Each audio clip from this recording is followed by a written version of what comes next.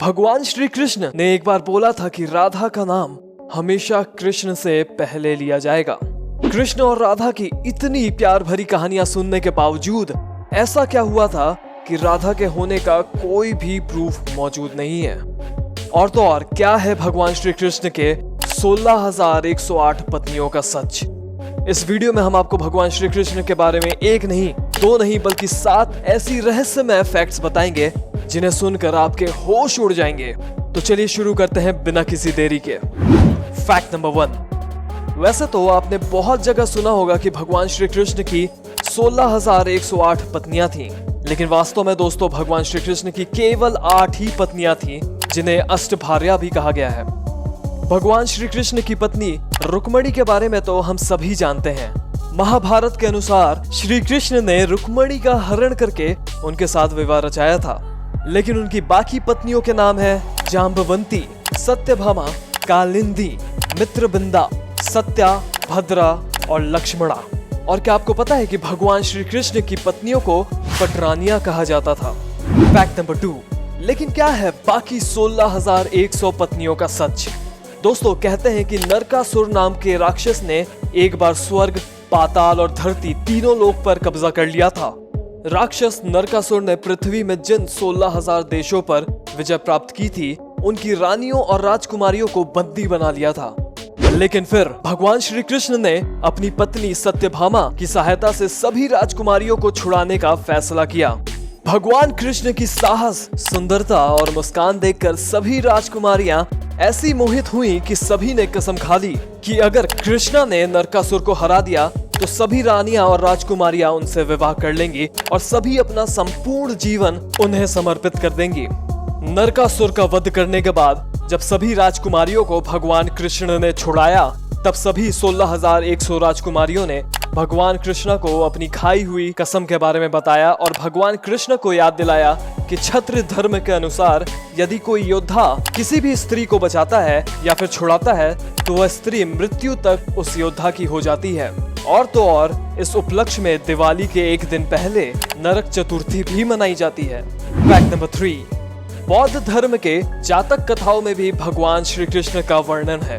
वैभव जातक में उन्हें भारत का एक महान राजकुमार और एक प्रसिद्ध इंसान की तरह बताया गया है, जिन्होंने अपने मामा कंस का वध किया और उन सभी राजाओं को मारकर जम्बू द्वीप पर राज किया। और आपको यह जानकर और भी हैरानी होगी, जैन धर्म में भगवान श्री कृष्ण को भावी तीर्थकर माना गया है। Fact number 4। एक इंसान के कितने नाम हो सकते हैं? 1, 2, 3। लेकिन एक भगवान के कितने नाम हो सकते हैं? दोस्तों भगवान के तो अनगिनत नाम हैं, लेकिन क्या आपको पता है कि भगवान श्री कृष्ण के 108 नाम हैं? जी हाँ, जिनमें से कुछ मशहूर नाम हैं गोपाल, गोविंदा, देवकी नंदन, मोहन, श्याम, घनश्याम, हरि, गिरधारी और बाके बिहारी। Fact number 5। दोस्तों आपको ये जानकर हैरानी होगी कि राधा और कृष्ण की इतनी प्यार भरी कहानियां सुनने के बावजूद राधा के होने का कोई भी प्रूफ मौजूद नहीं है।